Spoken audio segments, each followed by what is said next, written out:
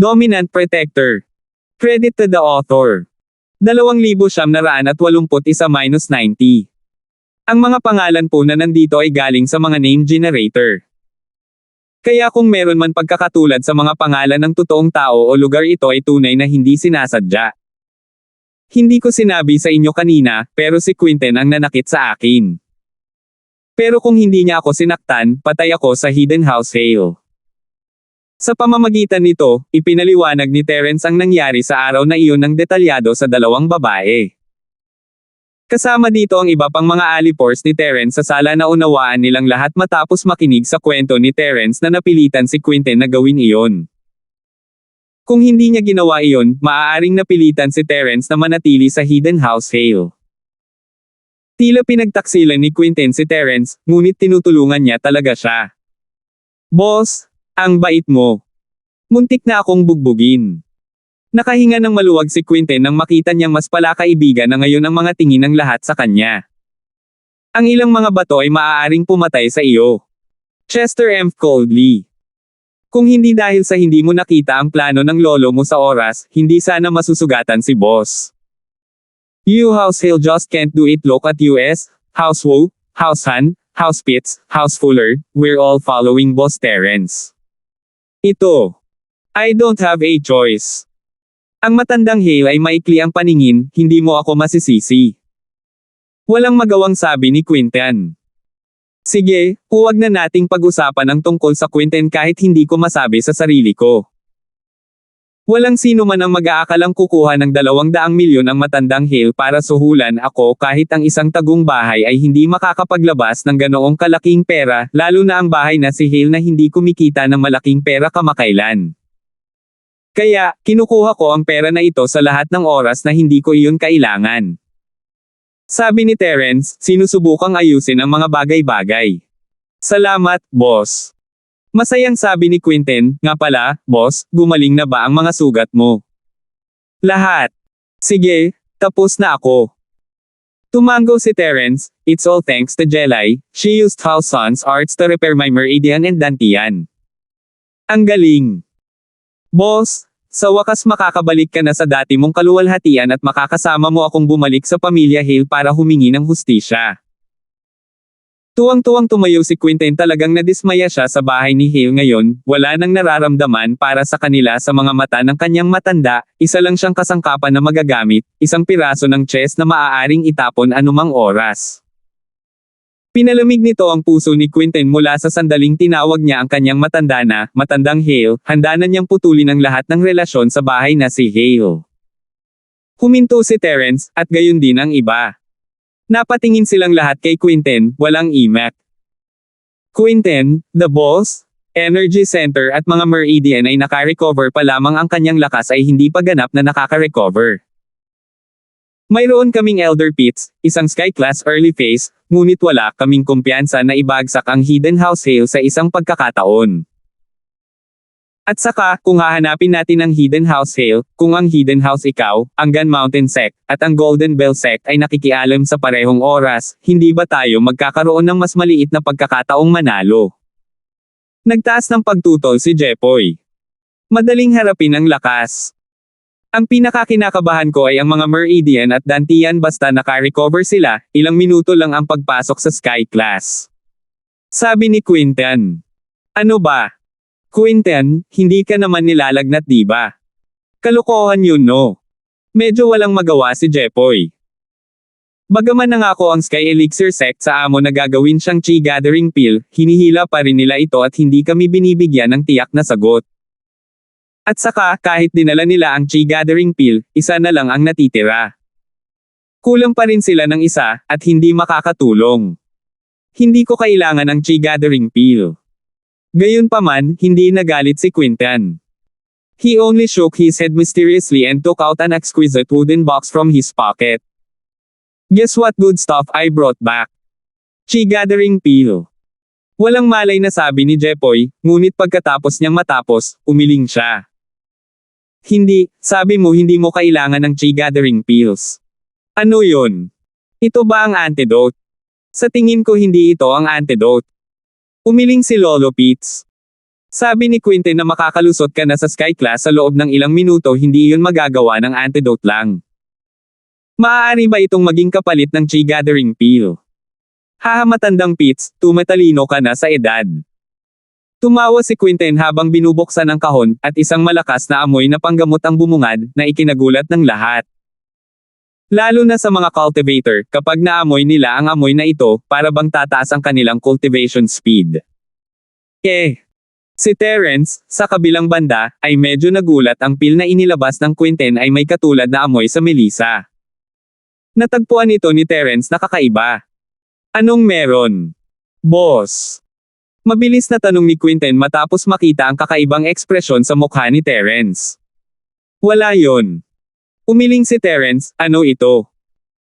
Si Terence, natural, ay hindi sasabihin sa kanila na ang pabango ni Melissa ay kapareho ng pill. Ilang tao lang ang nakakaalam na matutulungan siya ni Melissa sa kanyang pag-practice, at hindi alam ng mga alipin na ito. Ito ay isang bagay na personal, pagkatapos ng lahat, at si Terence ay hindi maaaring sabihin ito ng malakas. Na-curious lang siya kung ano ang tableta. Ang tabletang ito ay tinatawag na Middle Chi Gathering Pill.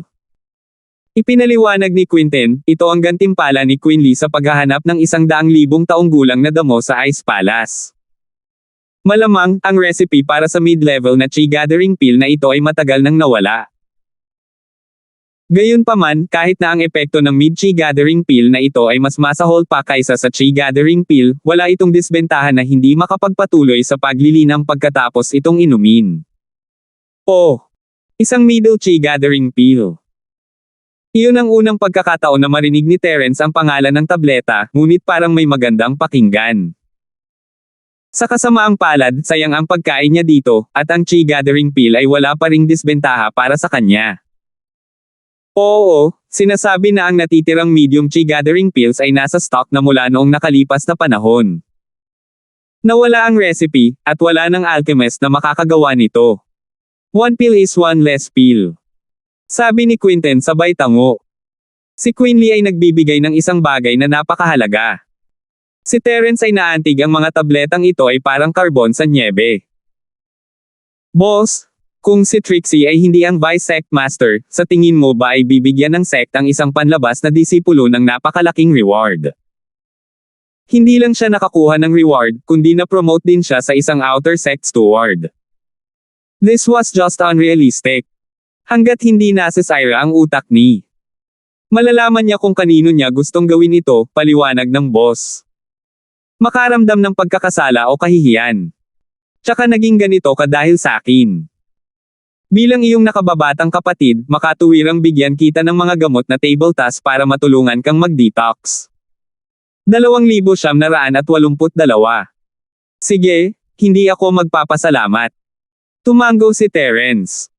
Tama si Quinten, ngunit si Terence ay may pananagutan din sa pagkalason. Masyadong maayos ang lahat para sa kanya kamakailan, maging ito man ay ang Sky Class Masters o ang pagsubok sa Sky Elixir Sect, natalo niya silang lahat ng madali, na nagpabeye sa kanya. Iyon ang dahilan kung bakit nahulog siya sa bitag ng matandang si Hale. Maaari ba akong matulungan nitong 3 mid-Chi Gathering Pills na makapasok sa Sky Class? Hindi ba sinabi na ang nakapagpapagaling na epekto ng medium na Chi Amassing Pill na ito ay hindi kasing ganda ng kalahati ng medicinal effect ng Chi Amassing Pill? 2 Chi Gathering Pills ang kailangan para makalusot sa Sky Class, right? Tama na, ganito na. Si Quinten ay nagkaroon ng parehong mga alalahanin noon, ngunit naunawaan niya pagkatapos ng paliwanag ni Queen Lee, kaya ipinaliwanag niya ang lahat kay Terence. Si Terence ay isang refiner, ngunit hindi siya masyadong sigurado tungkol sa teorya sa likod ng Chi Gathering Elixir at ang medium level na Chi Gathering Elixir.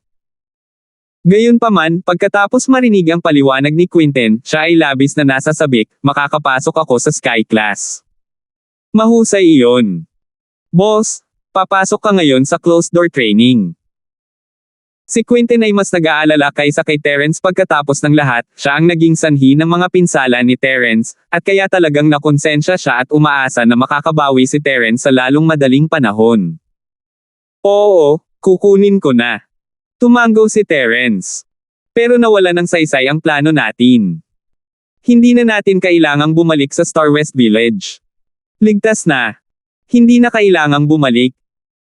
Bahagyang nadismaya ang batang si Miss, ngunit pagkatapos ay ngumiti siya at sinabing, "Terence, binabati kita, sa wakas ay gumaan na kami ni Yasi. Buti na lang hindi na tayo bumalik." Sa ganitong paraan, maaari tayong kumuha ng panghuling pagsusulit at hindi na kailangang kumuha ng mga pagsusulit sa make-up sa susunod na semestre. Cheryl sis, parang hindi ka nagsasabi ng totoo. Napakurap si Yasi. Namula ang batang si Miss, ngunit nagkunwari itong hindi narinig. "Terence, mag-iisa ka na ngayon." Tumango si Terence at tumayo. Uminom siya ng tableta at pumunta sa kwarto niya. Sa katunayan, si Terence ay nag-aalala sa kanyang sarili. Nawalan siya ng lakas nitong mga ilang araw at nahaharap sa sunod-sunod na hindi inaasahang pangyayari. Kung siya ay may lakas, hindi siya malalagay sa ganoong kahirap na sitwasyon, kahit na hindi niya kayang labanan ang madilim na palasyo. Si Terence ay nag-iisa, at ang iba ay nanatili sa sala upang protektahan siya. Pagkatapos ng lahat, magiging huli na para sa pagsisisi kung may nangyari sa proseso ng pag-inom ng tableta.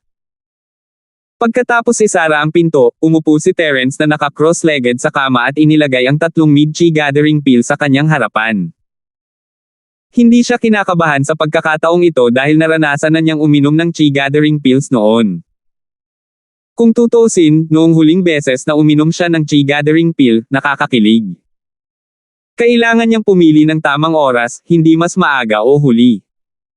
Sa oras na iyon, ang kanyang katawan ay nalasan at patuloy na bumababa ng mga antas. Kinailangan niyang kunin ito sa sandali ng pambihirang tagumpay upang masira ang antas na hadlang. Sa pagkakataong ito, kailangan lang ni Terence na ubusin ang 3 mid-chi gathering pills at magiging maayos ang lahat. Huminga ng malalim, same time na kinuha ni Terence ang 3 mid-chi gathering pill sa kanyang harapan at inilagay ang mga ito sa kanyang bibig, lumunok ng husto at diretso sa kanyang tiyan. Hindi napigilan ni Terence ang mapasigaw sa pagkagulat. Sa sandaling ang chi gathering pill ay pumasok sa kanyang tiyan, isang mainit na agos ang dumaloy mula sa kanyang dantian patungo sa kanyang buong katawan. Kaagad pagkatapos, ang lahat ng kanyang mga meridian ay parang nagliliyab, sobrang init. Sa karanasan mula sa chi gathering pill noong nakaraan, nagpasya si Terence na hayaan ang mga bagay-bagay sa pagkakataong ito, sa halip na labanan ito. Sa totoo lang, kahit gusto ni Terence na gamitin ang kanyang sining para labanan ang init, hindi niya magawa dahil nalasan siya. Hindi niya talaga magagamit ang arts. Lalong tumitindi ang init sa paglipas ng panahon. Pakiramdam ni Terence ay nasusunog siya. Ngunit gayunpaman, nagngangalit si Terence at nagtiyaga pamilyar siya sa pakiramdam na ito, kapareho ito ng unang beses na uminom siya ng chi gathering pill. Dahan-dahan, naramdaman ni Terence na nasusunog ang kanyang damit sa init mula sa kanyang katawan, ngunit kahit na ano, ito ay isang magandang bagay. Ito ay hindi komportable, ngunit ang pakiramdam niya ay talagang maganda sa loob dahil ang pakiramdam na ito ay kapareho ng huling pagkakataon, ito ay tanda ng isang tagumpay. Earth Class Late Phase Peak. Ramdam ni Terence na unti-unting tumataas ang lakas sa kanyang katawan. Ito ay mabagal, ngunit ang buong proseso ay maayos at matatag. Sa hitsura nito, napakalakas pa rin ang epekto ng mid-chi gathering pill. Pakiramdam ni Terence ay napakabuti kung magkakaroon siya ng ganoong kabilis na bilis ng paglilinang. Tila ang chi gathering pill ay kapareho ng pill at melisa. Malinaw na naramdaman ni Terence na ang rate ng pagsipsip ng enerhiya ng chi gathering pill ay mas mabilis kaysa sa chi gathering pill, parang hinahawakan ni Terence si Melissa habang kumakain ng chi gathering pill. Mukhang may koneksyon sa pagitan ng chi gathering pill at Melissa. Gayunpaman, si Terence ay nangangailangan ng chi gathering pill para mabawi ang kanyang lakas. Hindi niya masira ang tableta at pag-aralan ito ng dahan-dahan. Walang kakayahan si Terence na makilala ang recipe ng elixir. Ang bagay na ito at ang recipe ay dalawang magkaibang konsepto. Hindi bababasa, si Terence ay walang kakayahan na gawin ito ngayon. Earth Class Late Phase Full Phase. Malapit nang makapasok sa Sky Class Early Phase, natatakpan na ng pawis ang noo ni Terence, at ang kanyang damit ay parang tela sa ilalim ng araw. Sa mahabang panahon sila ay nalatag at napunit, nahulog sa kama. Ngunit si Terence ay walang oras para alalahanin iyon, ang enerhiya sa kanyang katawan ay tumataas sa napakabilis na bilis. Ang chi sa hangin ay nagsimulang magtipon sa paligid ni Terence, at parami ng parami ang natipon. Umikot ito sa itaas ng ulo ni Terence, na bumubuo ng mahinang puyaw ng tubig. Ang chi sa natural na mundo ay nakakaawa na mahirap makuha, lalo na sa lungsod. Gayunpaman, ang chi na ito ay automatikong natipon lamang kapag siya ay nakalusot. Ang tagumpay ni Terence sa pagkakataong ito ay kapareho ng huling pagkakataon, umasa siya sa mga table tasks at hindi sa chi, kaya hindi mahalaga kung gaano karami ang chi niya. Ang chi ng langit at lupa, sa madaling salita, ay tumunog sa chi sa katawan ni Terence, mabilis na umiikot sa kanyang katawan, pabilis ng pabilis, at naramdaman ni Terence ang pagtaas ng temperatura ng kanyang katawan. Naaamoy pa ni Terence ang isang bagay na nasusunog, ito ay ang kanyang pantalon. Ang kanyang damit ay punit-punit at nahulog sa kama, ngunit ang kanyang pantalon ay nasa kanyang mga binti, nasusunog sa kanilang mga sarili. 2,983. Ang mga normal na tao ay hindi maramdaman ang espiritual na chi, ngunit ang mga alipin ni Terence ay malinaw na nararamdaman ito, at ang kanilang mga mukha ay puno ng kagalakan. Mukhang matagumpay na nakalusot si boss. Sa wakas ay tumahimik ang puso ni Quintian. Nakalusot si Terence, at natapos ang kanyang misyon. Dapat lang. Tama na yan. Tumango si Old Master Han. Kung tutusin mula sa sukat ng totoong enerhiya, dapat itong maging tanda ng paglusot sa hadlang ng mas mataas na antas, hindi sa mas mababang antas. Kahit na ang maliit na hadlang ay mayroon ding ganitong uri ng langit at lupa na spirit chi, hindi ito malakas. Kapag lumampas sa malaking hadlang, ito ay magiging napakalakas. Hindi lamang naramdaman ng mga alipin ni Terence ang chi, ngunit maging si Trevor, na nagmamasid sa malapit, ay naramdaman ito. Napuno ng pagtataka ang mukha ni Trevor. Kahit na dumating si Quinten sa lugar ni Terence, hindi ganoon nagulat si Trevor. Kahit na si Terence ay dapat magkaroon ng isang uri ng pagkapuot sa Quinten, at ang dahilan kung bakit si Quinten ay nasa Villa Trevor pa rin ni Terence ay nalilito, ngunit hindi ito masyadong nakakagulat. Kung tutuusin, hindi mahalaga sa kanya ang nangyari sa bahay ni Hale. Nagkakasundo na sina House York at House Hale, at walang pakialam si House York sa negosyo ni House Hale. Hindi mahalaga kung si Quinten ay isang traidor o nagsisisi, ang kanyang layunin ay upang matiyak na si Yasi ay hindi masasaktan.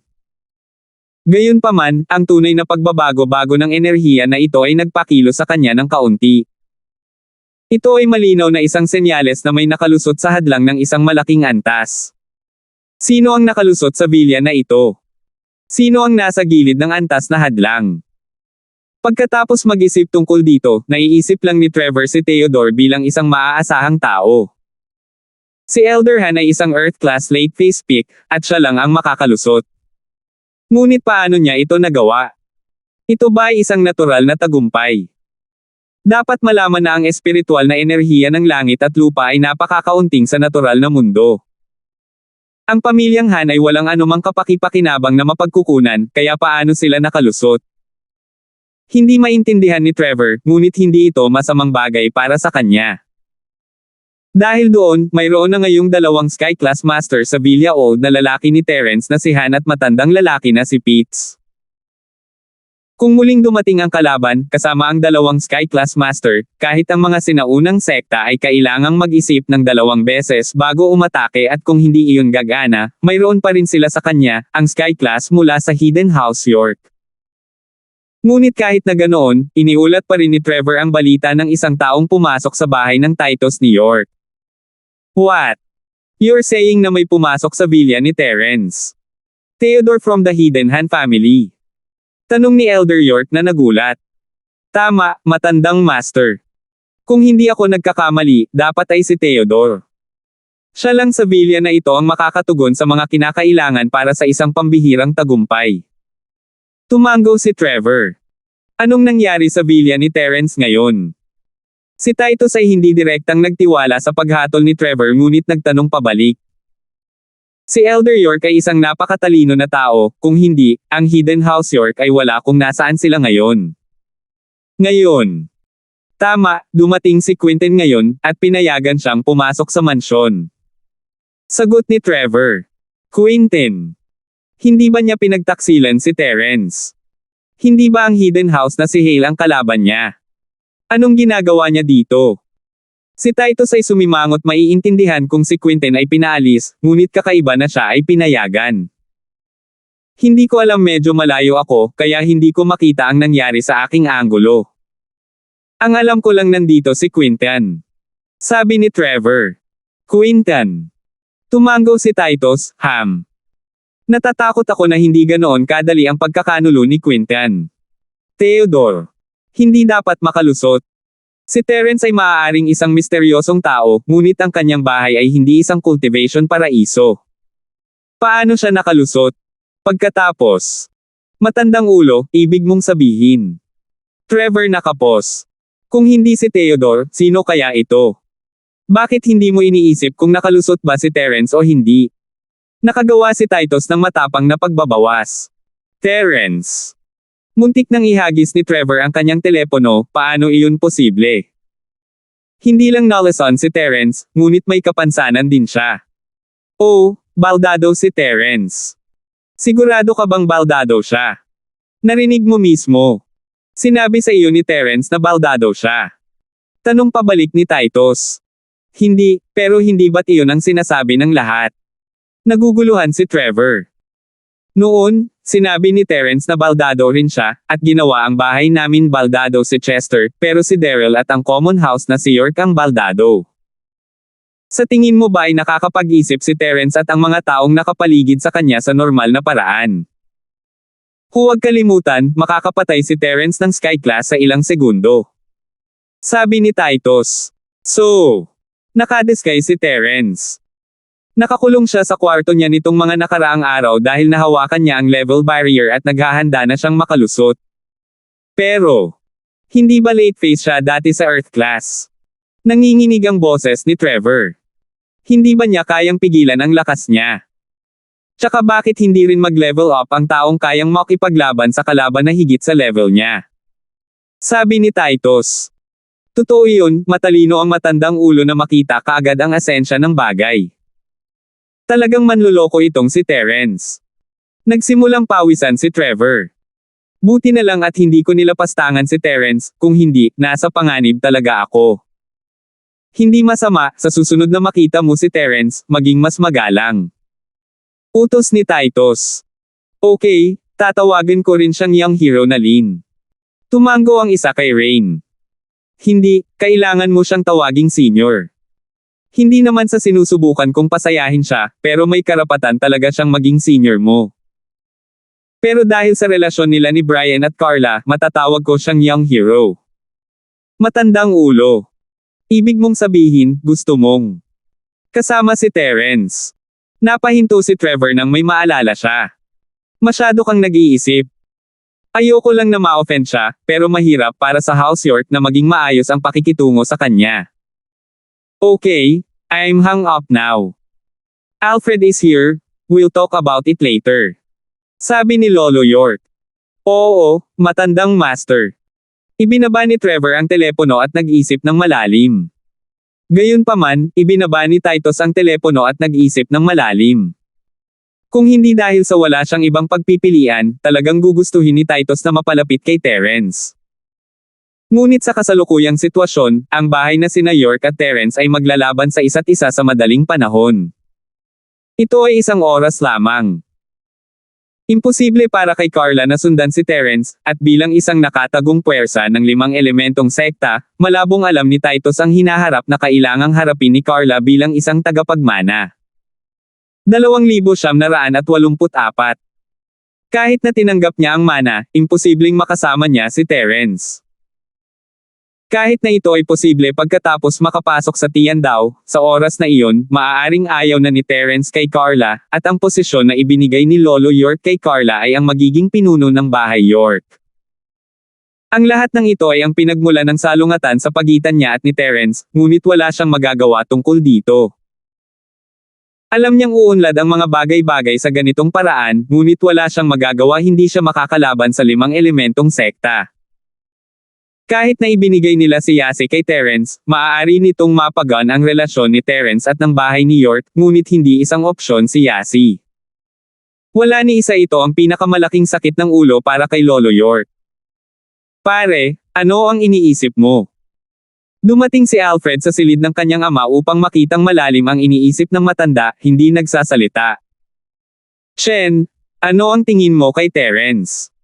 Tanong ni Elder York, itinaas ang kanyang ulo. Terence. Huminto si Alfred, hindi sigurado kung bakit ito tinatanong ng kanyang ama, ngunit tumugon siya ng tapat, sa totoo lang, wala akong nararamdaman para kay Terence.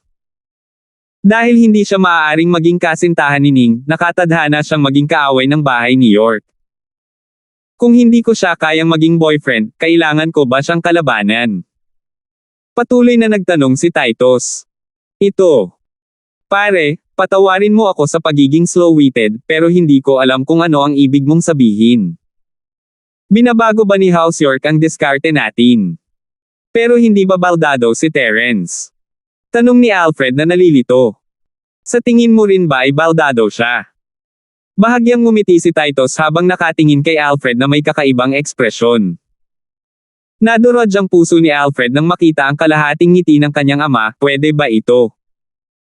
Hindi baldado si Terence, ngunit may binabalak siya.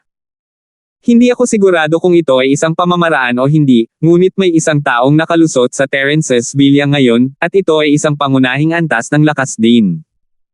Sabi ni Elder York. Pare, sinasabi mo na si Terence. Nakalusot sa Sky Class. Nagulat na tanong ni Alfred. Napaka-posible. Tumango si Elder York, at least, I think that is more likely. So the days ahead will be a bloody one.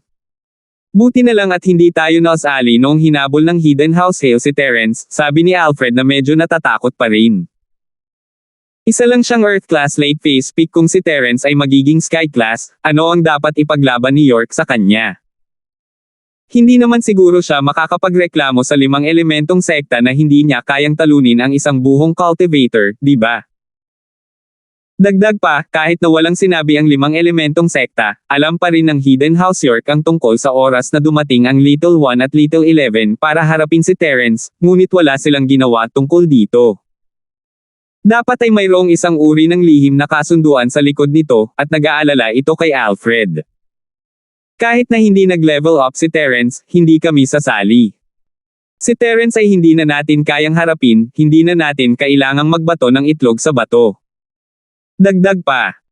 Ang kinabukasan ni House York ay kay Brian at Carla, hindi sila magiging masaya kung mamatay si Terence. Kinawian ni Lolo York ang kamay niya. Tama, sabihin mo sa akin kung para saan ka nandito.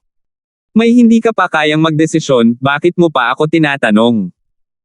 Pare, tungkol ito kay Darcy. Malinaw na pinag-uusapan ni Alfred si Darcy, ang asawa ni Glade at ang anak ni Titus.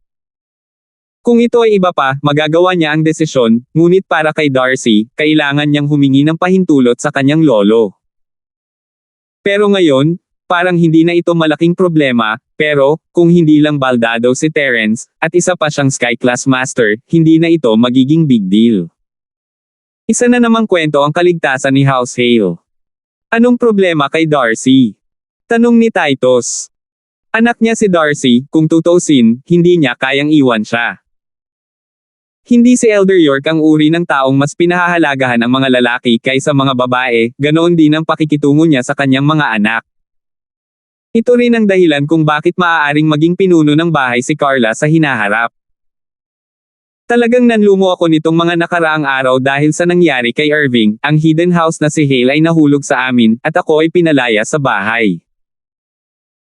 Kasalukuyan akong nakatira kasama ang aking pamangkin, at mahirap para sa akin na tumira sa bahay ni Hale, napabuntong hininga si Alfred, hindi ko alam kung ano ang napunta sa kanyang matandang si Hale, ngunit natukoy ko kung ano ang napunta sa matandang si Hale, ngunit tinutukoy niya ang kanyang matandang si Hale. Ang mahimalang posisyon ay inalis, at si Darcy ay nawala ng kanyang posisyon. Siya ay labis na nagdurusa kaya tinawag niya ako upang sabihin sa akin ang lahat, at nais niyang mag-isip tayo ng isang bagay. Kung hindi siya baliw, hindi niya sana ginaising si Terence kung ako sa kanya, gagawin ko ang Quinten na iyon sa ulo sa lalong madaling panahon at makuha ang suporta ni Terence. Sa tingin ko ang utak ng matandang Hale na iyon ay malamang na nabaliw sa lahat ng chi gathering pills na kinain niya. Mga ninakaw na bagay ay hindi ganoon kaganda. Kung maibot ang mga labi ni Elder York, tama ka, hindi nga natin alam kung may bahay pa si Hale. Sabihin mo sa kanya na bumalik kapag kaya niya, kung hindi niya kaya, wala na si Terence. Sabihin mo sa kanya na sabihin kay Terence na siya si Brian at tiyahin ni Carla at si Mimi ay kapatid ni Brian at Carla. Si Terence ay walang gagawin sa kanya. Kilalang kilala ni Elder York si Terence, at alam niya na siya ay napaka mapagpatawad sa kanyang nakababatang kapatid at sa mga tao sa paligid ng mga babae. Bagamat nagtataka siya kung bakit hindi sila pinarusahan ni Terence pagkatapos ng ganoong malaking pagkakamali, malinaw na napaka mapagpatawad ni Terence sa kanyang nakababatang kapatid. Ganoon din si Quinten, na nakapasok sa villa ngayon. Hindi siya hinayla ni Terence dito dahil sa galit niya sa bahay ni Hale. Oo, ama, naiintindihan ko. Tumango si Alfred at umalis. Palasyo ng Yelo. Nakinig si Althea sa ulat ni Tia Queen. Binigay ni Quinley ang lahat ng kanyang mga halamang gamot sa Quinten, na nangangahulugang ibinibigay niya ito kay Terence. Gayunpaman, hindi siya pinigilan ng rock candy. Ang kanyang damdamin kay Terence ay napakakomplikado, kahit na patuloy niyang ipinapaalala sa kanyang sarili na si Terence ay isang masamang tao. Hindi lang siya nakipag-ugnay sa kanyang kapatid na babae, ngunit ginawa rin niya ang kanyang junior sister na mahalin siya hanggang sa mamatay. Pareho lang silang dapat na mga tagapagmana, at siya ay hindi. Kung tatanggapin nila ang mana, tiyak na mas malakas sila kaysa sa kanya. Lahat sila ay handang sumunod kay Terence, at siya ay isang maliit na asawa. Ano ang kalamangan mayroon siya? Malamang magiging biro ang dating mayabang na ugali niya pagdating ng panahon, di ba? Kaya, sa isip niya, dapat na mamatay na lang si Terence May. Iligtas siya nito sa hirap na isipin siya na hubot-hubad at ang masamang bagay na iyon sa tuwing naiisip niya siya. Ngunit, sa kanyang subconsciousness, hindi niya gustong mamatay si Terence. 2,985. Kung namatay si Terence, ang kanyang ina na si Martha ay magiging malungkot, ang kanyang kapatid na si Josephine ay magiging malungkot, at ang kanyang junior Trixie ay magiging malungkot. Ako naman. Hindi ako nag-aalala sa kanya. Nag-aalala lang ako sa mga tao sa paligid ko. Tita Queen, ikaw na mismo ang dapat pumunta doon. Kung ang mga taong Dark Palace ay darating na naghahanap ng gulo kay Terence, takpan mo sila. Kung magtatanong ang Dark Palace, sabihin mo lang na inutusan ka ni Vice Palace Master Faye na pumunta. Si Terence ay kanyang kasintahan, kaya hindi ito labag sa mga sinaunang tuntunin. Si Tita Queen naman ay natigilan. Hindi niya inaasahan na ang karaniwang walang malasakit at purong rock na si Candy ang magkukusa na makialam sa bagay na ito, na naging dahilan para medyo hindi siya makapaniwala. Ayokong maapektuhan ni Terence ang pagsasanay ni Trixie. At saka, hindi ko naman pwedeng baliwalain ang damdamin ni Nanay at ni Josephine, di ba? Tumingin si Althea sa gulat na tiyahin na si Queen at nagpaliwanag na may bahagyang hindi natural na ekspresyon. Wala itong kinalaman sa akin. Ayokong maging maliit na asawa. Mas maganda kung patay na siya. Nang marinig ni Tita Queen ang unang kalahati ng pangungusap ni Rock Candy, medyo naliwanagan siya, ngunit ang ikalawang kalahati ng pangungusap ay lalong nagpalito sa kanya. Parang hindi ito ang karakter ni Rock Candy. Higit pa rito, espesyal na ipinaliwanag niya kung ano ang ibig sabihin ng maliit na asawa. Sa katunayan, kahit si Althea mismo ay hindi alam kung ano ang iniisip niya. Siya ay nasa Ice Palace mula pa noong siya ay bata pa, at ang tanging ginagawa niya araw-araw ay magtanim.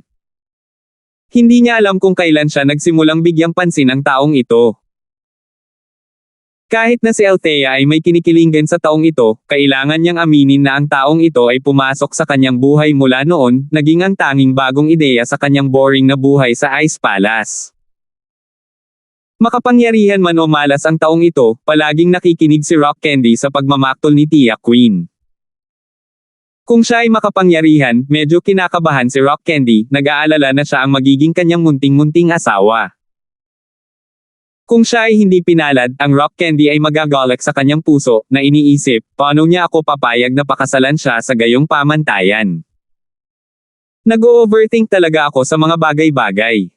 Ngunit, masama ang kapalaran, mamamatay si Terence, at ayaw ni Rock Candy na mamatay siya ng totoo.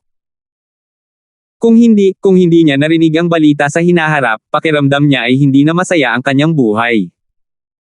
Kaya naman pinadala niya si Tita Queen para tingnan ito. Kahit si Rock Candy ay hindi ito napagtanto, kaya't itinulak niya ang lahat ng sisihin kina Trixie, Josephine, at Martha. Gayunpaman, ang sunere na personalidad na ito ay halos kapareho ng Miss. Kung ang Josephine dati ay hindi ang tunay na Josephine, at ang Rock Candy na ito ay ang tunay na Josephine, kung gayon sila ni Trixie ang tunay na Miss at Yasi. Tita Queen, sa totoo lang hinihintay ko pa siyang gumawa ng pill para sa akin, masyadong matagal na akong Sky Class late face pick, at gusto ko ring maging Sky Class, kaya hinihintay ko ang Ice Heart Jade Bone pill ni Terence. Paliwanag ni Rock Candy. Oh. Sige, Palace Master. Natarante si Tita Queen. Hanggang ngayon ay hindi pa rin niya maintindihan ang tunay na dahilan kung bakit siya pinatulong ni Rock Candy. Gayunpaman, ayaw na niyang magtanong, kaya tumango siya at naghanda ng bumaba ng bundok. Kailangang aminin ng isa na bilang mga tagapamahala ng panlabas na sekta, si Brian at Quinley ay may ilang koneksyon, hindi sila makalusot sa itaas na antas, ngunit ang mga mas mababang antas ay medyo makinis. Walang sino mang lalaki sa panloob na sekta, lahat sila ay mga babae, ngunit ang mas mababang antas na mga disipulo na naglilingkod sa iba ay mga tagapaglingkod. Kailangan nilang magpakasal sa huli, at kahit na gawin nila, hindi sila makakaalis sa Ice Palace, kaya ang tanging pagpipilian lang nila ay ang mga lalaking outer sect disciples.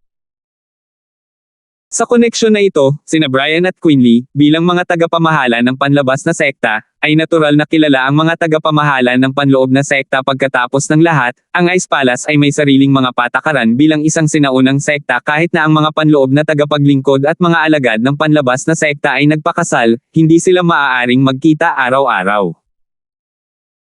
Sa katapusan ng linggo lang sila magkikita, kaya isang trahedya kung malalaman ng sinumang alagad ng panlabas na sekta na ang kanyang asawa ay may regla.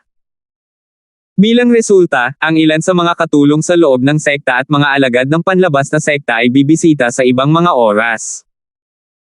Hindi ito binanggit ng mga panuntunan ng Ice Palace, ngunit ito ay isang hindi nakasulat na tuntunin sa loob ng libu-libong taon.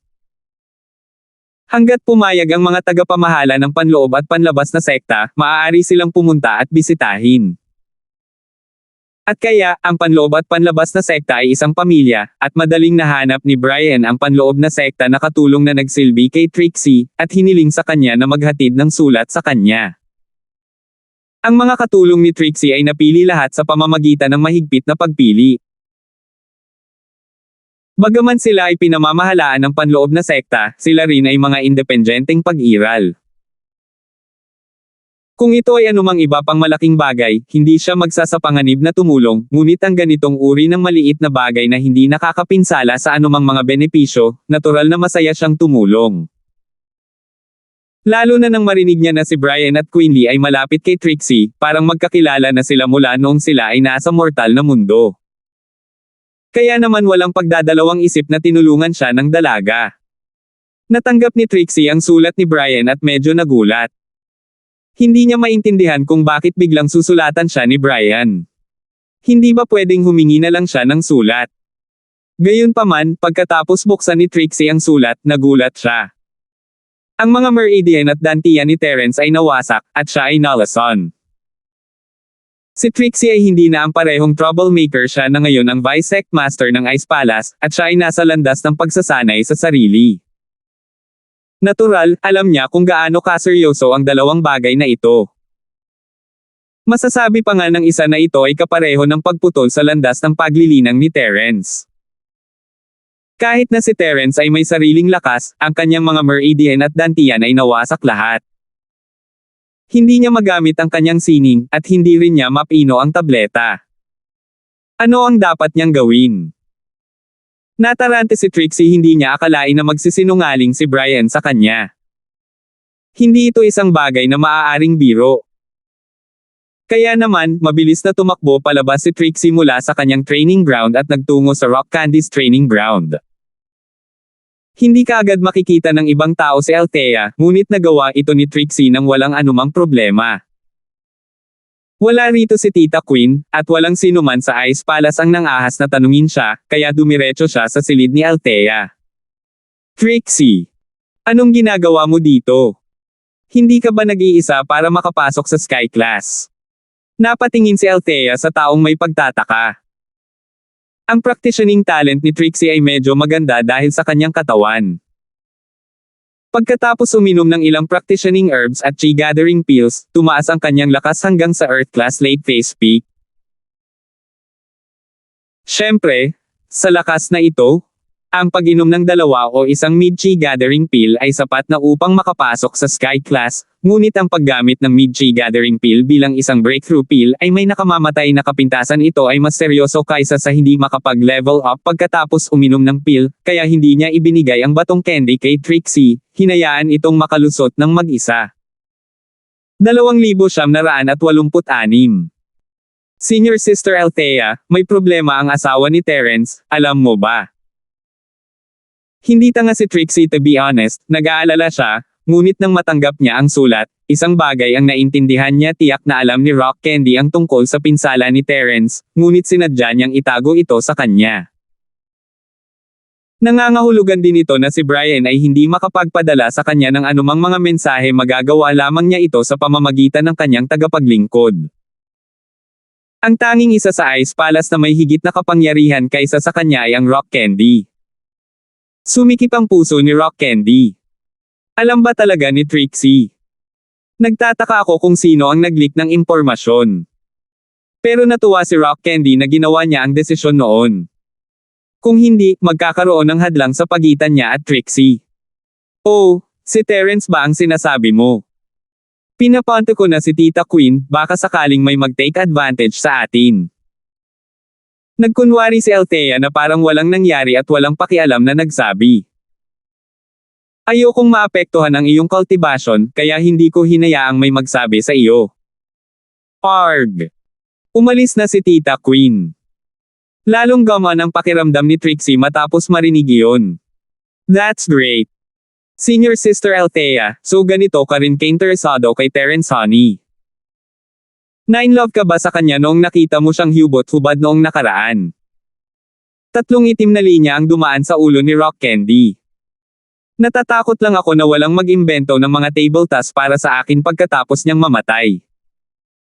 Kung marunong siyang mag-concoct ng pills, you can be his little wife, right? Haha, then you'll have to call me Sister Trixie. You're the senior sister outside, but I'm the big sister here. Sabi ni Trixie. Walang saysay na sabihin ang lahat ng ito. Kumusta ang iyong paglilinang?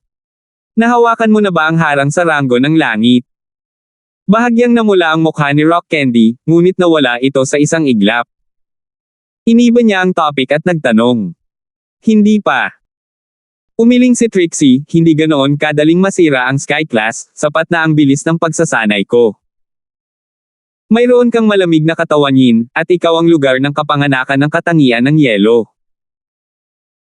Sa pagdaragdag ng mga elixir, magiging isang tunay na problema kung ang iyong bilis ng paglilinang ay hindi mabilis.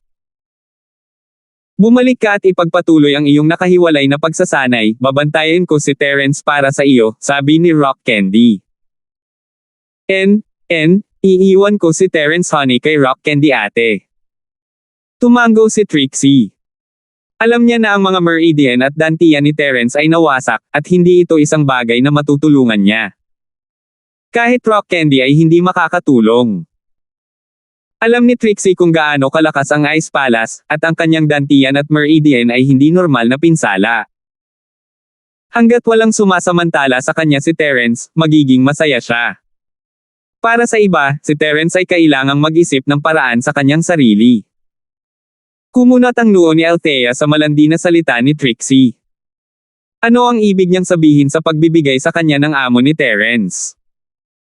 Medyo inis, hindi niya napigil ang magbiro, binigay mo siya, ayaw mo na. Haha, Terence honey, you can't leave me alone. At most, you can add rock candy sister. Paano ito, kasama sina Josephine, Cheryl sis, Yasi, at Althea, maaari tayong magkaroon ng 6P. Sabi ni Trixie. Ayoko maglaro ng 6P, you guys can play by yourselves. Walang magawang sabi ni Althea. Tila isang pagkakamali ang pagbibiro kay Trixie. Isang paksa lang ang kailangan niyang pag-usapan at haantong ito sa gulo. Kung gayon, gustong maglaro ng mag-isa ang Rock Candy senior sister. Ayos lang, pero mas mabuting magsaya kasama ang lahat kaysa magsaya ng mag-isa. Medyo nanghihinayang sabi ni Trixie. Mas masaya maglaro ng magkasama. Dapat talaga pinalamig kita pabalik sa kabaong ng yelo. Nagdilim ang mukha ni Althea habang lumingon siya, hindi pinapansin si Trixie. Nahihiya si senior sister Althea, buntong hininga, hindi ko masasabi ang totoo sa hinaharap, madaling masaktan ang mga tao kung sasabihin ko ang totoo. Umiling si Trixie at lumabas ng silid ni Althea. Si Althea, sa kabilang banda, ay halos malaglag sa lupa matapos marinig ang huling pangungusap. Kailan siya nahihiya? Halatang galit siya. Naramdaman ni Terence na ang chi sa kanyang katawan ay dumarami. Hindi na niya kailangan pang idirekta, pero sobrang sakit pa rin ang sakit ng mga meridian niya at ni Dantian. Gayunpaman, nasa loob pa rin ito ng saklaw na kayang tiisin ni Terence. Pagkatapos ng lahat, sa unang pagkakataon na uminom siya ng tableta, kailangan niyang ilabas ang nakakompress na chi ng paputok sa kanyang katawan, at ang sakit ay mas matindi kaysa ngayon. Sa wakas, naramdaman ni Terence na ang chi mula sa mid-chi gathering pill ay umabot na sa pinakamataas. Parang aapaw na ang tubig. Alam ni Terence na malapit na siyang makalusot. Gaya ng inaasahan, hindi nagtagal, naramdaman ni Terence ang malakas na boom sa kanyang katawan, at ang nakapalibot na espiritual na chi ay mabilis na umikot, na bumubuo ng malaking puyo ng tubig at sumugod sa katawan ni Terence. Matapos makapasok, malinaw na naramdaman ni Terence ang mga pagbabago sa kanyang sentido pagkatapos pumasok sa Sky Class. Maging ito ay ang kanyang pandinig, paningin, pangunawa, o mga katangian ng kanyang katawan, lahat sila ay nakadama ng isang malinaw na pagbuti. Hindi sinasadyang sinimulan ni Terence na iikot ang sining ng Dragon Mastery.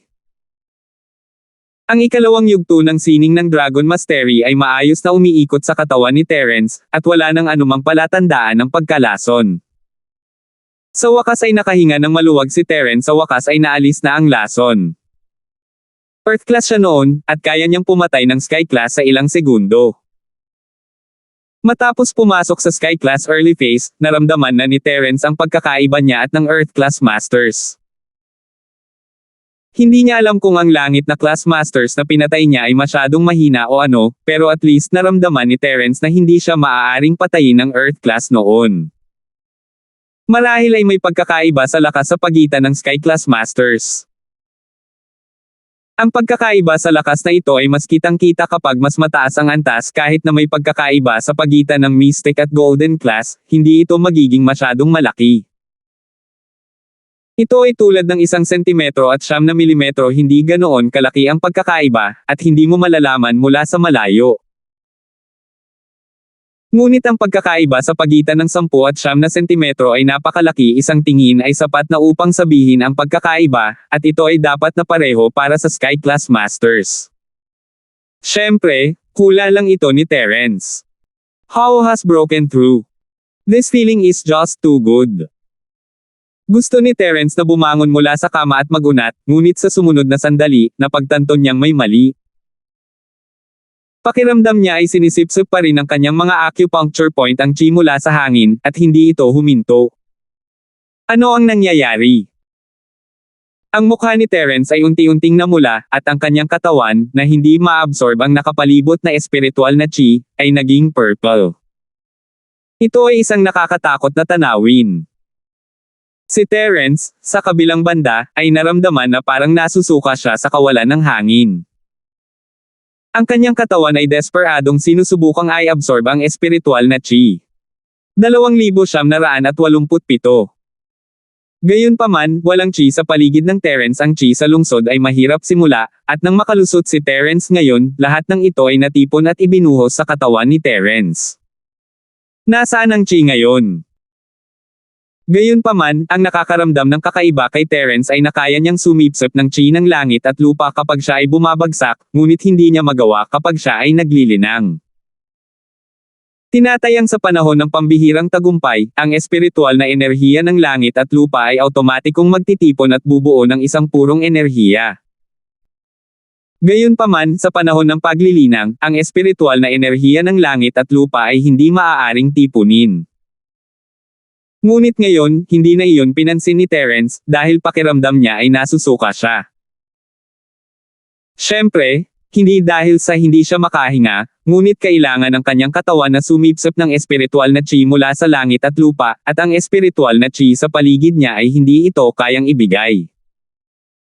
Dumating si Auntie Queen sa lungsod ng Stonegate, malapit sa villa ni Terence. Gayunpaman, hindi siya pumasok sa villa dahil iyon ay masyadong biglaan.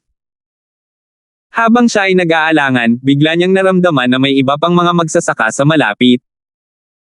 Sa susunod na sandali, si Tita Queen ay nasa harap ni Trevor.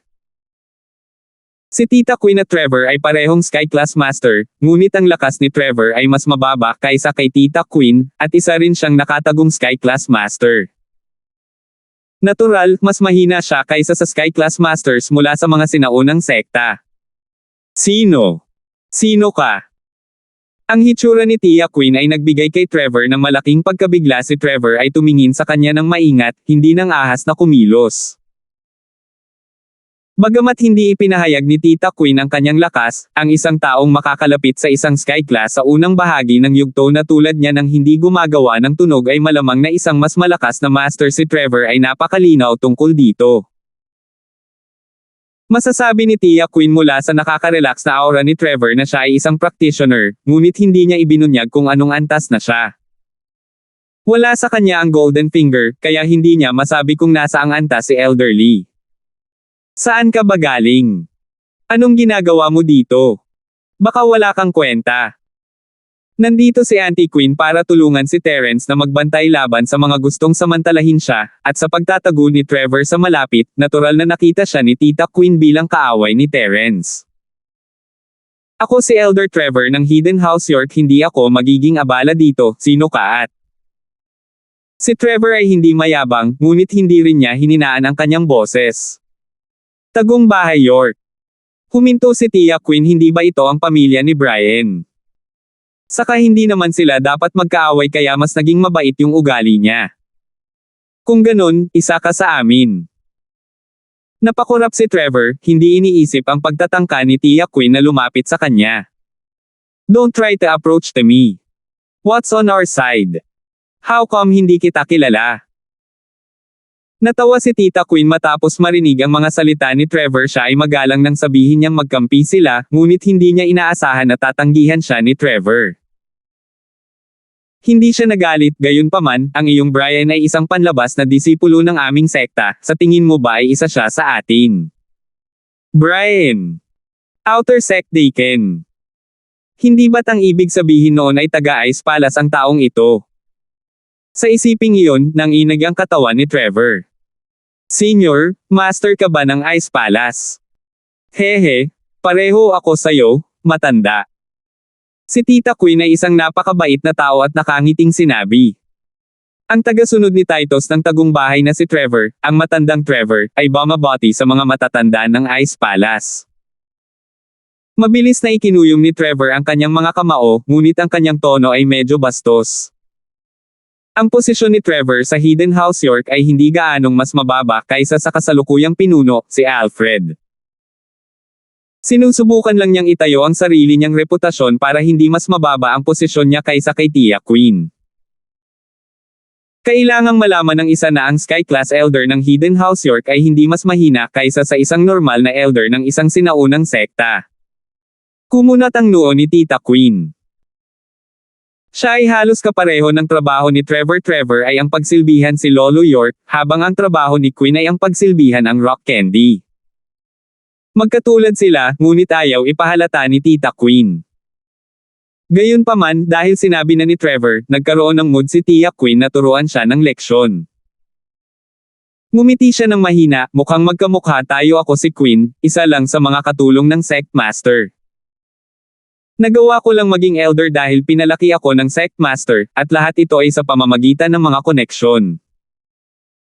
Ang mga salita ni Tita Queen ay parang pinapamura niya ang kanyang sarili, ngunit ito ay parang kulog sa tenga ni Trevor, na nagpamula sa kanya. Naisip niya na para magkaroon ng mukha para sa kanyang sarili, hindi siya magiging masyadong mahina sa harap ni Tia Queen, kaya sinabi niya ang mga salitang iyon noon pa. Gayunpaman, hindi niya inaasahan na ang kahihinatnan ng mga salitang ito ay kahihiyan sa sarili. Ang posisyon ni Tita Queen sa Ice Palace ay pangalawa lamang sa Sect Masters, halos kapareho ito ng posisyon niya sa bahay ni York. Gayunpaman, si Tita Queen ay palaging mabait at mabait, habang siya ay palaging matigas, at ito ay nagpahiya sa kanya. "Senior, you're here for..." Ayaw mapahiya ni Trevor ang sarili kaya mabilis niyang iniba ang topic. Ang aming Vice Palace Master, si Trixie, ay ang kasintahan ni Mr. Terence. Nabalitaan niya na si Mr. Terence ay nasugatan, at pinapunta ako dito upang tingnan kung may mga clown. "Elder Trevor, nakita mo ba iyon?" Matapat na sabi ni Tita Queen. "Elder Queen, tawagin mo lang akong Trevor, hindi ako elder sa harap mo. May nakita akong ilang clown." Namula si Trevor. Walang itinago si Trevor kay Queen.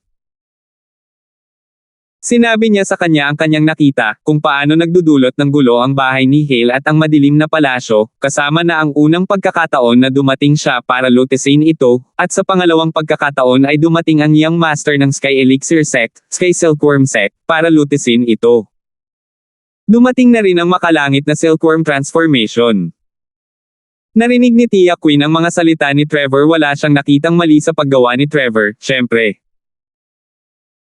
Nang makita si Brian sa Ice Palace, naisip niya na ang hidden house na sina York at Terence ay may magandang relasyon, hindi niya inaasahan ang mga komplikasyon.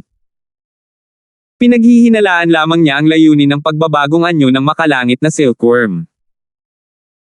Tama, sinabi ni Young Master Miller na ito ay upang mapanatili ang pagiging patas ng paglilitis ng Sky Elixir Sect. Sabi ni Trevor. Patas at makatarungan. Kailan pa naging patas ang sekta ng Sky Elixir? Isang pagpapala na kung hindi nila binubuli ang iba. Malamig na ngumuso si Tita Queen, malinaw na hindi sinasang-ayunan ang sekta ng Sky Elixir. Si Trevor ay hindi nang ahas na magsabi ng kahit ano, ang mga sinaunang bagay ay hindi isang matanda sa isang maliit na nakatagong bahay na tulad niya ay maaaring magkomento, kaya nagkunwari siyang walang narinig. "Forget it, let's talk about this. Ano pang nakita mo?" Si Tita Queen ay nagwagayway ng kanyang kamay nang may pag-aalinlangan. Malinaw na ayaw niyang pag-usapan ang tungkol sa Sky Elixir Sect. Pagkatapos noon, dumating si Quinten, ngunit hindi siya pinalayas ng mga tao sa villa ni Terence, pinapasok nila siya. Matapat na sabi ni Trevor. 2,988. Ngunit wala siyang sinabi tungkol sa hula ni Elder York na si Terence ay nagpapanggap na nasugatan. Pagkatapos ng lahat, ang lahat ng ito ay walang batayan ng mga bagay, sino ang nakakaalam kung sila ay totoo o peke. Sinabi lang niya ang nakita niya. "Sige, salamat. Maaari kang magpatuloy na manatili dito. Titingnan ko." Hindi pinalayas ni Tia Queen si Trevor, naisip niya na si Trevor ay ipinadala ni Brian upang protektahan si Terence. Tumalikod na siya at naglakad pabalik sa villa. Nakahinga ng maluwag si Trevor habang nakatingin sa likod ni Tia Queen. Mabilis niyang tinawagan si Kuya York. Kailangan niyang sabihin ito kay Master York na gawa na ng Ice Palace ang kanilang hakbang. Tila ang sitwasyon ng Ice Palace ay hindi katulad ng iniulat ni Brian sa kanyang liham. Althea ay may ganap na kontrol sa Ice Palace. Ngayon, si Trixie ay tila nakakagawa ng sariling boses sa Ice Palace. O sa halip, ang relasyon ni Trixie at Althea ay umabot na sa isang tiyak na antas, kung hindi papayagan ni Althea ang isang tulad ni Elder Queen na personal na lumitaw dito. Mukhang tama si House York na huwag masyadong makisangkot dito, kung hindi, si Brian ay kalad ka rin dito. Nagulat si Elder York sa ulat ni Trevor, ngunit hindi siya masyadong kinabahan. Trevor, gawin mo ang trabaho mo kung kakausapin ka muli ng Elder Queen na iyon, humanap ng pagkakataon na ipahiwatig sa kanya na narito ka para tulungan si Terence dahil kay Brian. Oo, matandang master. Sabi ni Trevor. Nagtanong si Tia Queen tungkol sa sitwasyon at nagpas siyang pumunta sa villa para makita si Terence. Gusto niyang suriin ang kalagayan nito, at kasama siya rito, sapat na iyon para takutin ang sinumang nanggugulo. Nandito ang Ice Palace Elder, at kahit na dumating ang Dark Palace, kailangan nilang bumalik. Pinindot ni Tita Queen ang doorbell habang nakatayo siya sa harap ng villa ni Terence. Ang biglang pagtunog ng doorbell ay bumulaga sa lahat sa villa. Pagkatapos ng lahat, si Terence ay nasa kritikal na sandali ng kanyang pambihirang tagumpay, at natural sa kanila na kabahan kapag may biglang bumisita. Pupunta ako at titingnan. Sabi ng matandang Pitts pagkatapos ng sandaling pag-iisip. Sky class siya, ang pinakamalakas sa grupo, kaya nag-volunteer siya. Natural, walang tumutol. Naglakad si Lolo Pete sa pintuan at nakita niya ang isang babaeng nakagreen na nakatayo doon. Hindi siya mukhang isang tao mula sa modernong panahon, ngunit mas katulad ng isang tao noong sinaunang panahon o isang tao mula sa isang Waxie TV show. Pwede ko bang itanong kung sino ang hinahanap mo? Nalilitong tanong ni Old Master Pitts. Hello, ito ba ang villa ni Mr. Terence? Ako si Queen, isang elder ng Ice Palace. Ang Sect Master at Vice Sect Master Fane ay nagpadala sa akin dito na balitaan nila na si Mr. Terence ay nasugatan, at gusto nila akong pumunta at takutin ang ilan sa mga nakababatang henerasyon. Direktang sinabi ni Tita Queen ang kanyang pagkakakilanlan at layunin sa mga tao sa paligid ni Terence, at ibinigay ang kanyang Ice Palace na Elder Token sa matanda. Arg! Si Kuya Queen, pakipasok. Nang marinig ang pagkakakilanlan ni Tia Queen, ang matandang si Pitts ay mabilis na gumawa ng isang malugod na kilos. Tungkol naman sa token sa kamay niya, narinig na niya ito kanina isang tingin at alam niyang hindi ito peke. Ako ang pinuno ng Hidden House Pitts, at ang mga tao sa loob ay pawang pamilya at mga tagasunod ni Mr. Terence.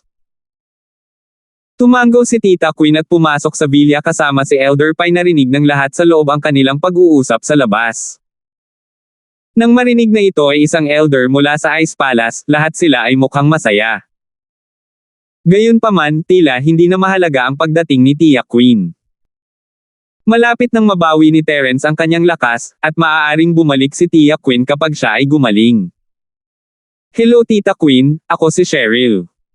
Narinig kong binanggit ka ni Terence noon, salamat sa pag-aalaga sa kanya sa Ice Palace.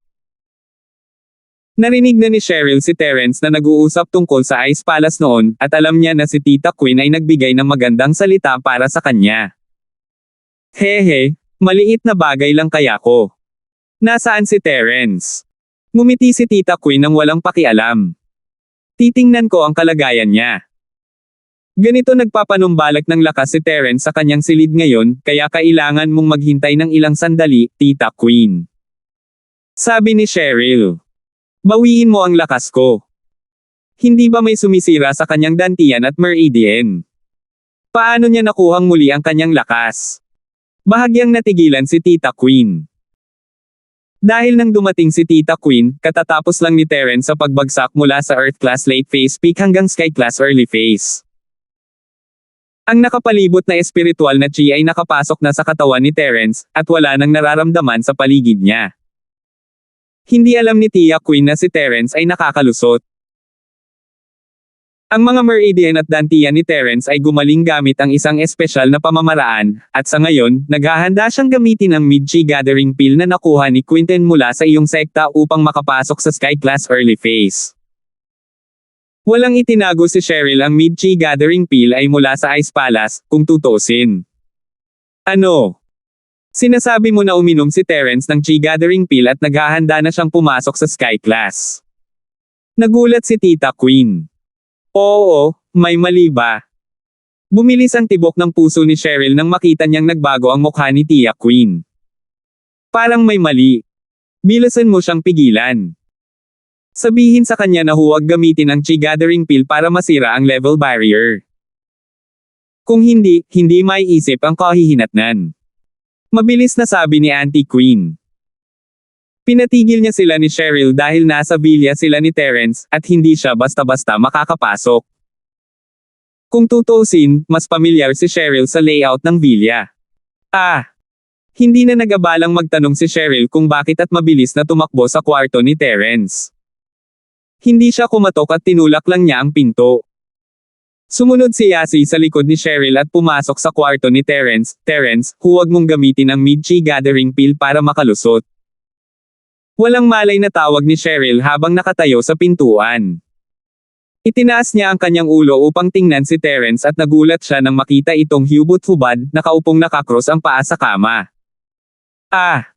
Hindi napigilan ni Cheryl na mapasigaw.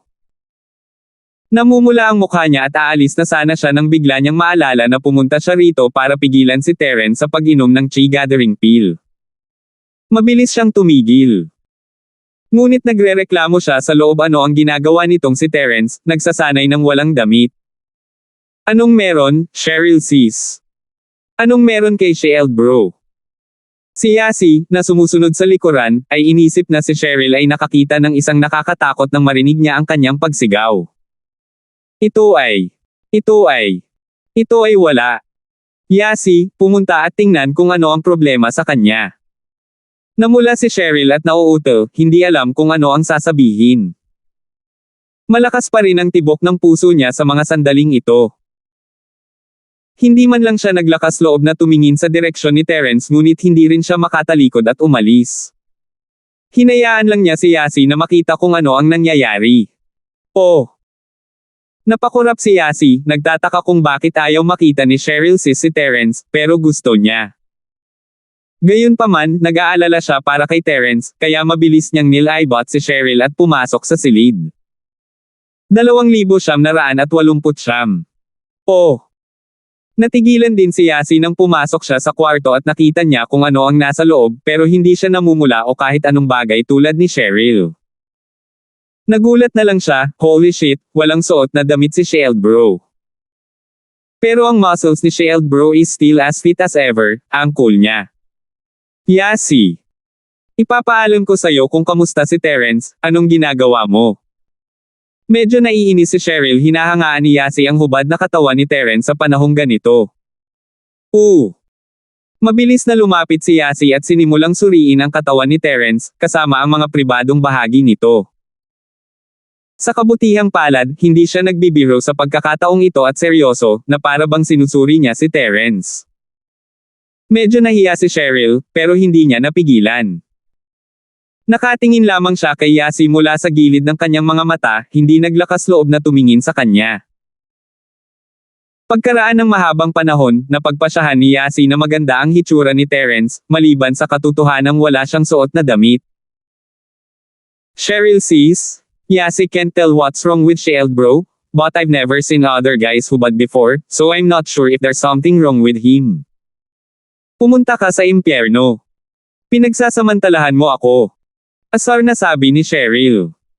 Makatingin ka rin, Cheryl, ikaw ang may ayaw. Sabi ni Yasi. Narinig ni Tita Queen ang sigaw ni Cheryl at handang tumakbo para tingnan kung ano ang nangyayari, ngunit sinabi ni Yasi na walang suot na damit si Terence. Natural, hindi makapunta si Tita Queen at makita kung ano ang nangyayari. Gayunpaman, labis siyang nababalisa sa kanyang puso. Ngayong narinig niyang maayos na ang katawan ni Terence, hindi niya maiwasang magtaka, walang mali sa balat ni Terence. Hindi ba ito magiging kulay ube? At nagpapakita ito ng mga palatandaan ng pagkunot. Hindi ko ginawa. Matigas na sabi ni Yasi sabay iling. Kakaiba yon. Hindi kaya siya uminom ng chi gathering pill para makalusot. Saglit na nag-isip si Tia Queen at naiisip lang niya ang posibilidad na ito, kaya sumigaw siya mula sa hindi kalayuan sa pinto, Terence, Tia Queen mo ito. Alam kong maririnig mo ako, ngunit huwag mong inumin ang mid-chi gathering pill para makalusot, kung hindi, malala ang kahihinatnan nito. With that, lumingon si Tita Queen kina Cheryl at Yasi. Sige, pwede na kayong umalis. Huwag mo siyang istorbohin. Sinabi ko na sa kanya. Sige. Medyo naghinala si Cheryl, pero parang ayos lang ang lahat. She finally relaxed. Yasi, let's go. Ngunit hindi sapat ang nakita ko. Sabi ni Yasi, medyo nag-aatubili. Lecherous girl, kung maghahanap ka pa, pwede ka na dito. Aalis na ako. Sabi ni Cheryl. Oh, kung gayon ay aalis na rin ako. Bagamat sinabi ni Yasi na aalis na siya, patuloy siyang tumalikod sa bawat hakbang. Galit na galit si Cheryl kaya sinipa niya si Yasi. Let's go. Alam ni Terence kung ano ang nangyayari sa labas, ngunit abala siya sa paglutas ng problema. Wala siyang oras para pakialaman sila. Narinig ni Terence ang mga salita ni Tia Queen at mapait na ngumiti sa kanyang sarili.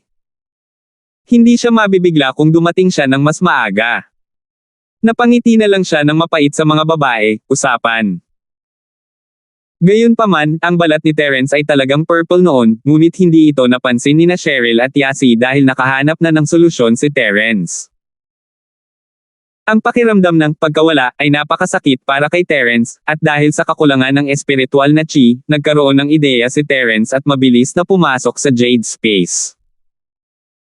Sa labas, walang espiritual na chi ng langit at lupa, ngunit iba ito sa espasyo ng Jade Pendant.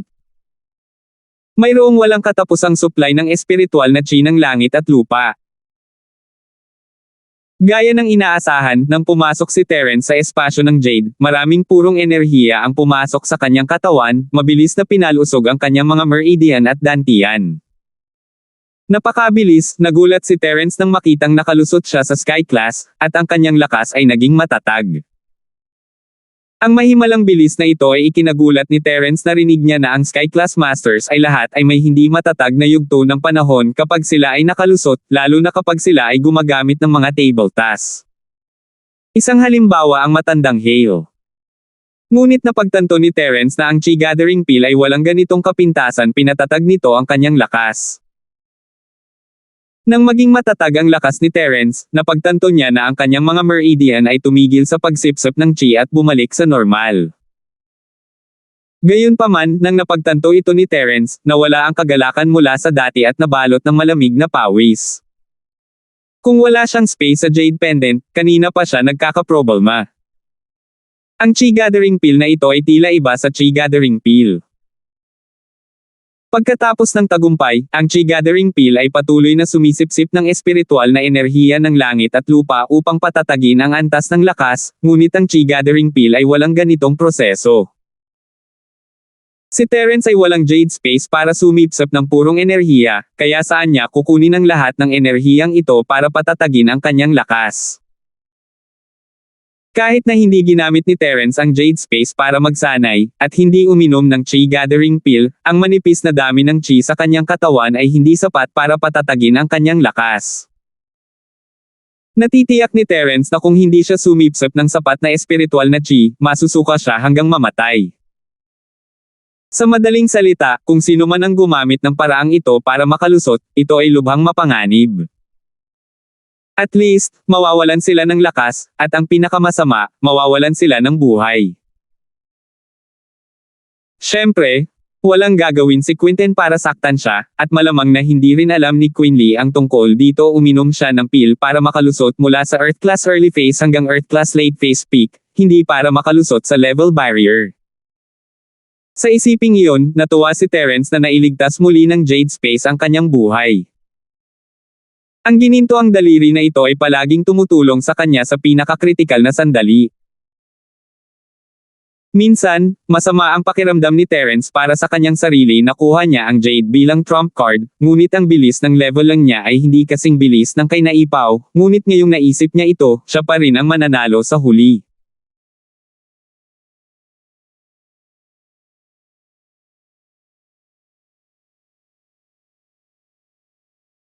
Naipaw or Natoy, ngunit ngayong naisip niya ito, siya pa rin ang mananalo sa huli.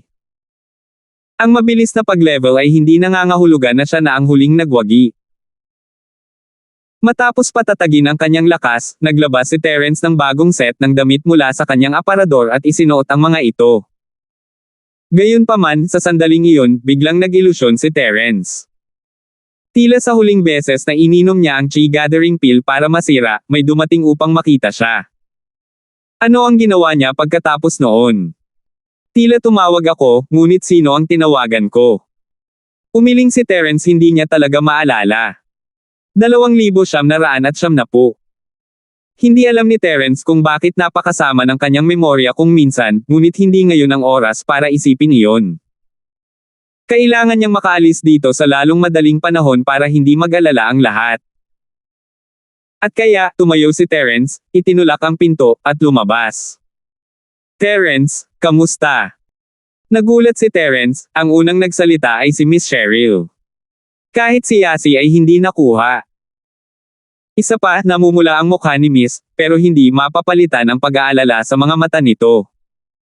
Nag-init ang puso ni Terence. Ayos lang ako. Umiling si Terence at ngumiti kay Cheryl bago bumaling kay Tita Queen. Tita Queen, dumating ka na. Terence, kamusta ka? Hindi ka umiinom ng mid-chi gathering pill. Tumingin si Tita Queen kay Terence, nalilito, ngunit hindi niya masasabi kung nasa ang antas siya kung hindi niya gagamitin ang sining. Inilipat niya ang sining sa espasyo ng Jade bago siya dumating, kaya hindi niya ito maramdaman mula sa labas. Tita Queen, huwag kalimutan, pagkatapos kong inumin ang chi gathering pill at pumasok sa Earth class, maaari akong magpatuloy sa paglilinang at pag-level up, kaya natural na magiging maayos ako pagkatapos uminom ng mid-chi gathering pill. Hindi gaanong sinabi ni Terence ang tungkol sa kanyang espesyal na sitwasyon. Pagkatapos ng lahat, ang espasyo sa Jade ay isang sikreto. Hindi na nagtanong pa si Tita Queen matapos itong ituro ni Terence, tama, napaka-magical mo. Hindi mo magagamit ang ordinaryong loika para pag-isipan ito. Kung gayon, ikaw na ngayon. Tama. Sky Class early phase na ako ngayon, dahil doon, na-activate ni Terence ang arts ng kanyang practitioner, na ipinakita ang kanyang lakas na maagang yugto ng Sky Class. Isang pagtataka ang bumungad sa mukha ni Tita Queen. Hindi niya alam kung paano nakabawi ang Meridian at Energy Center ni Terence, at kung paano siya naging maayos pagkatapos uminom ng mid-chi gathering pill, ngunit hindi siya nagtanong, congratulations. Mukhang nasayang ang oras ko dito, dapat akong bumalik at magsumbong sa Sectmaster at Vice-Sectmaster. It's not an unnecessary move. Terence, salamat sa pagpunta mo rito para tumulong, Tita Queen. Kung may kailangan ka sa hinaharap, sabihin mo lang sa akin. Kung magagawa ko, gagawin ko ang lahat. Si Terence ay may napakagandang impresyon kay Tia Queen na alagaan niya siya sa unang pagkakataong bumisita siya sa Ice Palace, at lagi niya itong naaalala. Hehe, tatandaan ito ni Tita Queen. Kung darating ang araw na kailangan ko talaga ng tulong mo, huwag kang tumanggi. Ngumiti si Tita Queen at tumayo para umalis. Siya ay hindi isang tao upang i-drag ang mga bagay-bagay, at siya ay isang elder ng isang sinaunang sekta. Hindi maganda para sa kanya na manatili sa secular na mundo ng masyadong matagal. Kung si Terence ay nasugatan, mayroon siyang dahilan, ngunit ngayong hindi siya nasaktan, handa na siyang umalis. Tita Queen, ngunit mangyaring panatilihin ang katotohanan na ang aking mga Meridian at Dantian ay gumaling at na ginamit ko ang chi gathering pill upang masira at mag-level up ng isang sikreto. Seryosong sabi ni Terence. Huwag kang mag-alala tungkol dyan, kami ng iyong tiyahin Queen, pati na rin ang Sectmaster, ay hindi madaldal na tao. Hindi ka rin ibebenta ng iyong kapatid. Nakangiting sabi ni Tita Queen. Sige, Tita Queen. Hindi na kita paalisan kung ganoon. Alam mo rin naman na kagagaling ko lang at nasira. Hindi ako nararapat na lumabas at magpakita ng mukha. Sabi ni Terence. I understand. You guys don't have to send me off. I'll walk on my own. Habang nagsasalita siya, tumalikod si Tita Queen at mabilis na lumabas ng villa, lumulutang palayo. Pagkaalis ni Tita Queen, naging masigla muli ang sala ng villa, at ang pinakamasayang tao ay walang iba kundi si Quentin. Boss, naka-recover ka na sa wakas. Mas gamaan ang pakiramdam ko ngayon. Kung hindi, madjay guilty ako sa buong buhay ko. Tama, Terence. Ang problemang sinasabi ni Elder Queen, ano ito? Nalilitong tanong ni Old Master Peets. It's nothing much. It's just that the level barrier ay walang sense sa ilang salita. Gayunpaman, huwag gamitin ang middle chi gathering pill bilang isang pill para masira ang level barrier sa hinaharap. Sabi ni Terence. We have you to level up with, boss. Why would we need to take any pills? Nakangiting sabi ni Chester. Tama, speaking of leveling up, Quentin, sumama ka sa akin, itataas ko muna ang lakas mo sa Earth Class Late Phase Peak. Sabi ni Terence. Bagamat niloko siya ng hidden house na si Hale sa pagkakataong ito, wala itong kinalaman sa Quentin na nakapasok siya sa Sky Class salamat sa kanya, at wala pang oras si Terence para tulungan siyang mag-level up, kaya natural, nagkaroon siya ng pagkakataon. Gayun din, si Terence ay walang suot na damit noon, at medyo alanganin para kina Cheryl at Yasi na pumasok sa kanyang silid. Gusto niyang iwasan ang mga ito. Ano? Earth Class Late Phase Peak. Boss, tama ba ang narinig ko? Kumurap si Quentin. Hindi, pero ngayong Sky Class na ako, kaya kung itaas kayong lahat sa Earth Class Late Phase Peak. Kung tungkol sa maliit na chi gathering pill, wala na itong silbi ngayon, pero kasama nito, mas produce ko ang Sky Class Masters. Sabi ni Terence. Oh my God, boss, ibig sabihin makakalusot din tayo sa Earth Class Late Phase Peak. Sabi ni Chester, medyo naiingit at nagulat at the same time. Naiinggit siya na si Quentin ang unang nag-level up, ngunit ang nakakagulat ay hindi magagawa ni Terence ang katulad nila. Hindi masama. Tumango si Terence at huminga ng malalim, tonight will be the night when everyone's strength will skyrocket. Bukas, samahan mo ako sa hidden house sale para mag-higanti. Gayunpaman, tumingin si Terence kay Quentin, gustong makita ang kanyang saloobin.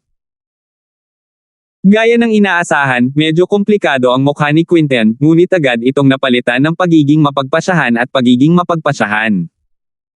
Boss, sasama ako sa iyo. Tumango si Terence, tila ganap na nadismaya si Quentin sa hidden house sale. Let's go. Dun muna kayo sa kwarto ko. Iyong iba, magbabantay sa labas ng kwarto. Oo. Agad na sumagot ang grupo, at sinundan ni Quentin si Terence sa silid. Kinaumagahan, nang sumikat ang araw, lahat ng tao sa Terence's villa ay nasa Earth Class Late Phase Peak na, maliban kay Old Master Peets. Maging ang matandang master na si Peets mismo ay isang Earth Class Late Phase Peak spiritual practitioner, ngunit ang kanyang pisikal na katawan ay Sky Class na, at hindi ito ma-level up ni Terence. Sa pagtingin sa silid na puno ng mga tagasunod ng Sky Class, ang emosyon ni Terence ay lumakas na hindi kailanman.